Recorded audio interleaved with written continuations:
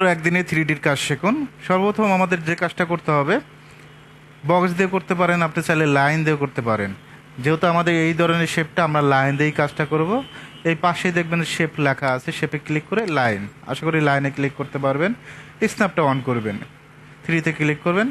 আমরা এই পয়েন্ট থেকে শুরু করব। কোন পয়েন্ট? এই পয়েন্ট থেকে জাস্ট আমরা কি করব, এখান থেকে শুরু করব, ক্লিক করব প্রত্যেকটা পয়েন্ট টু পয়েন্ট। যেখান থেকে শুরু করবেন সেখানে ক্লিক করবেন, সেখানে যায় শেষ করবেন। আমরা অল্টার দ্বারা ঘুরে নেব, পজিশন চেঞ্জ করব। অল্টার আর মাউসের হুইল বাটন দেখছেন কত সুন্দরভাবে চেঞ্জ করা যায়। জাস্ট ক্লিক করবেন, ক্লিক। কোনো কারণে যদি আপনার ভুল হয়, ব্যাক স্পেস দেবেন, অনলি ব্যাক স্পেস। অনেকেই ম্যাক্সের কাজগুলো খুব কঠিন মনে করেন, কঠিন না, একেবারে সহজ।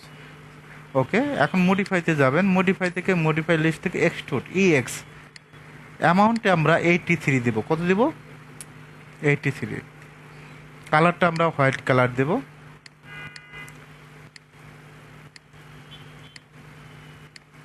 গ্রুপটা আমরা 1 ইঞ্চি দেব। কত ইঞ্চি?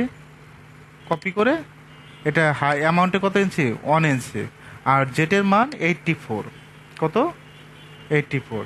এখন গ্রুপের কালারটা ব্ল্যাক কালার দিবেন। কি কালার? ওকে। এখন 84 দেওয়ার পর দেখেন খালি আছে না মাঝখানে? তার মানে আমাদের কি করতে হবে? এটা 83-তে দিতে হবে। কত? 83, 83। এখন দেখেন তো একই লেভেলে আছে না? ওকে, আবার এটা কপি করব, নিচেরটা কপি করে এখানে 36 দেব। কত দেব? 36। জেটের মান 84। এখন কালারটা চেঞ্জ করে দেব, এখান থেকে যে কোনো একটা কালার দিয়ে দিবেন।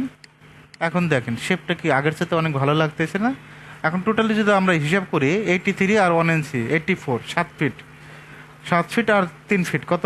3 বারং 36, 10 ফিটের একটা 3D ওয়াল। আশা করি যে কোনো মেজারমেন্টে আপনি গ্রুপ দিয়ে ওয়ালগুলো করতে পারবেন।